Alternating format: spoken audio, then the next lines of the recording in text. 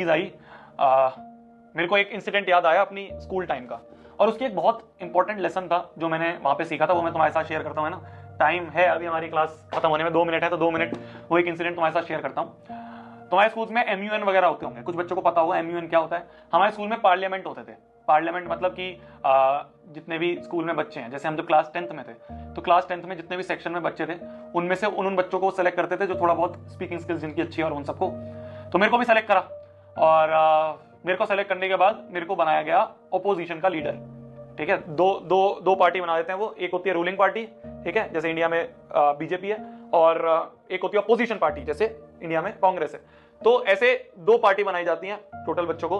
तो एक थी रूलिंग पार्टी और एक थी अपोजिशन पार्टी, और मेरे को अपोजिशन का लीडर बनाया गया था हमारे उसमें पार्लियामेंट में, जो हमारे स्कूल का पार्लियामेंट, स्कूल पार्लियामेंट या पता नहीं क्या, यूनाइटेड नेशंस पार्लियामेंट, कुछ ऐसे नाम होता था उसका। तो क्या हुआ कि मेरे को स्क्रिप्ट मिली। ठीक है, एक स्क्रिप्ट मिली, उस स्क्रिप्ट को बोला गया था, हर एक बच्चे को स्क्रिप्ट मिली थी, बोला गया था स्क्रिप्ट करके याद करके कल लाना। तो मैं घर पे आया, मैंने कहा ठीक है यार, कुछ नहीं है, 2 पेज हैं, 5 मिनट में याद करके अगले दिन स्कूल में चले जाएंगे। तो मैंने 5 मिनट में जल्दी जल्दी से स्कूल याद भी नहीं करी। जब स्कूल में जा रहा था मैं, तो चलते चलते मैंने रास्ते में एक बार गो थ्रू कर लिया, हाँ ठीक है याद हो गई। फिर अगले दिन रिहर्सल हुई, तो रिहर्सल में मैंने कहा हाँ ठीक है 5 मिनट में याद कर ली तो बोल दूंगा। सबकी बारी आई, सबने बोला। मेरे टाइम पे जब मैं बोलने वाला था, तो हमारे स्कूल की जो इंचार्ज थी, वो उस समय ऐसे ही होता है ना, दौरे पे आ जाते हैं देखने कि भाई क्या चल रहा है। तो वो आके खड़ी हो गई, और वो भी देख रही थी कैसी रिहर्सल चल रही है। तो मेरी बारी आई, मेरे को बोला कि चलो भाई ओपोजिशन का लीडर जो है, तुम अपने डायलॉग बताओ, क्या क्या याद करके आए हो। मैं खड़ा हुआ, मैंने बोलना शुरू कर दिया ऐसे कि ओके सो आप सामने, मैंने इंग्लिश में याद करा था उस समय, तो अब मेरे को पूरा याद नहीं है। कुछ ऐसा था कि हाँ तुम सामने वाली पार्टी हो, तुमने ये काम नहीं करा, तुमने ये काम नहीं करा, देश में इतनी सारी चीजें हैं। तो मैंने बहुत ऐसे एकदम, तुम सामने वाली पार्टी हो भाई, तुमने ये काम क्यों नहीं करा है, तुम्हें ऐसे भी करना चाहिए था, तुम्हें ये भी करना चाहिए था, हमारे साथ ऐसा हो रहा है, देश में ये हो रहा है, इस तरह से मैंने बिल्कुल ऐसे ढीला होकर बोल दिया। तो जो इंचार्ज थी वो मेरे पास आई, कस के एक रैपट लगाया मेरे, कस के। उसने कहा तुम ओपोजिशन पार्टी हो, इस टोन में बोलोगे, इस तरह से ढीली टोन में बोलोगे, ये मेहनत करी है तुमने, ये होमवर्क करा है तुमने घर से जाके, जो तुम्हें स्क्रिप्ट दी थी ये याद करी है तुमने। उस दिन वो जो रैपट था ना, जो मेरे को पड़ा था उस इंचार्ज से, उस समय तो बहुत बुरा लगा कि यार इतने सारे बच्चे बैठे हैं भाई, उन सबके सामने मार दिया। उन्होंने बोला चलो खड़े हो, यहाँ से निकलो, वहां जाके शीशे के सामने खड़े हो और बोलो, प्रैक्टिस करो। तो मैं शीशे के सामने गया, मैंने प्रैक्टिस करी। मैं घर पे आया, मैंने सोचा अच्छे से करूंगा, अब अगली बार अच्छे से करूंगा। तो मैं घर पे आके बहुत अच्छे से प्रैक्टिस करी। मैंने 2-3 मतलब पापा से पूछा, उस समय तो ऐसा यूट्यूब नहीं था, तो पापा लोगों से पूछा कि किस तरह से बोलना होता है, उनके सामने बोल के देखा। और मैं अगले दिन गया, अगले दिन रिहर्सल पे वापस से, वो जो इंचार्ज थी उसने कहा था कल आऊंगी, कल देख के जाऊंगी कैसे बोल रहे हो, क्योंकि उसको मेरे से थोड़ी बहुत उम्मीदें थी कि हाँ यार ये लड़का तो सही करेगा, थोड़ा था मैं बोलने में सही। तो अगले दिन मैं गया, अगले दिन जब मैं गया तो वहाँ पे मतलब जैसे मान लो यहाँ पे मैं तुम्हारे सामने दिखाऊं,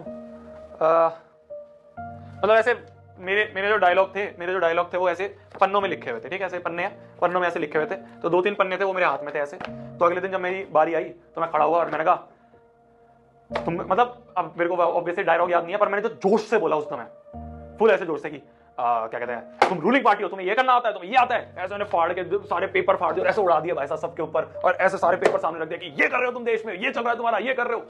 इस तरह से मैंने पूरा एक जोश के साथ बोला। वो इंचार्ज भाई साहब उस समय खुश हो गई। तो जो रैपट था ना वो काम करा।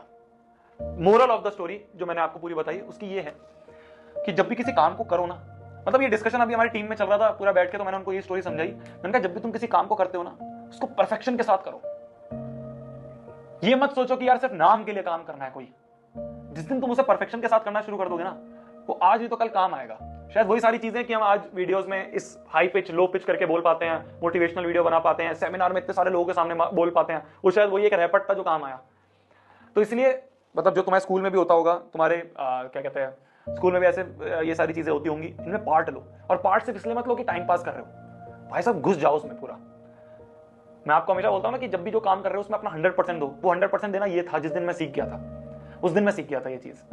पढ़ाई कर रहे हो तो पूरा पढ़ाई करो, कुछ अलग को करिकुलर कर रहे हो तो उसमें पूरा घुस जाओ, बेस्ट बनने की कोशिश करो। किसी भी फील्ड में जा रहे हो मजा आएगा। मैं टीम को समझा रहे थे हम बैठ के कि हाँ यार, मतलब टीम में कुछ होते हैं लोग, वो सोचते हैं सैलरी मिल जाए काम करते रहेंगे। बेस्ट करो, अगर तुम बेस्ट करोगे ना तो तुम्हारी अपने आप वैल्यू बनेगी कंपनी में, तुम अपने आप ऊपर जाओगे। कभी भी मत सोचोगे यार ठीक है यार हो जाएगा देख लेंगे यार। अरे जो तुम्हें काम मिला है उसको तो एटलीस्ट परफेक्शन के साथ करो। एक और पॉडकास्ट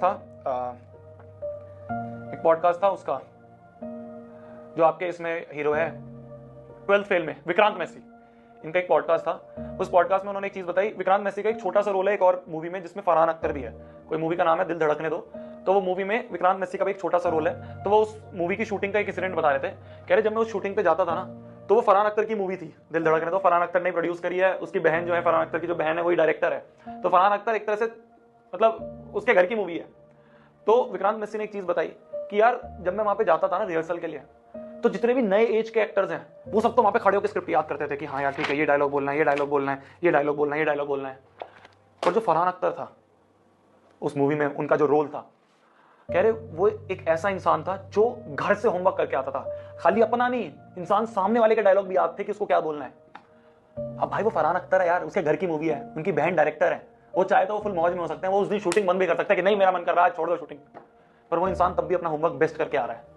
क्यों? क्योंकि वो अपनी चीज में परफेक्ट है। तो जो भी तुम काम उठाते हो ना उसमें परफेक्ट करो। अभी तुम्हारे टाइम पे, अभी तुम्हारी चीज में काम जो है वो सारा पढ़ने का है, तो इसमें बेस्ट बनो। कुछ और चीज करना चाह रहे हो उसमें बेस्ट बनो, बस जो चीज कर रहे हो ना उसमें मक्कारी मत करो। हमारे यहाँ पे दिक्कत यह है, लोग काम चोरी करते हैं। हमारे यहाँ दिक्कत यह है, लोग ये सोचते हैं कि बस फ्री का पैसा मिलता रहे, फ्री में हमारा नाम बनता रहे। फ्री नहीं बनता, बहुत बहुत मेहनत लगती है, अपना होमवर्क पूरा करना पड़ता है हर एक चीज के लिए। तो ये इंसिडेंट था जो मैं बता रहा था पूरी टीम को, आज बैठ के सारी चीजें समझा रहा था। क्योंकि क्या है यार, होता है मतलब हर एक इंस्टीट्यूट में, हर एक ऑर्गेनाइजेशन में इस तरह से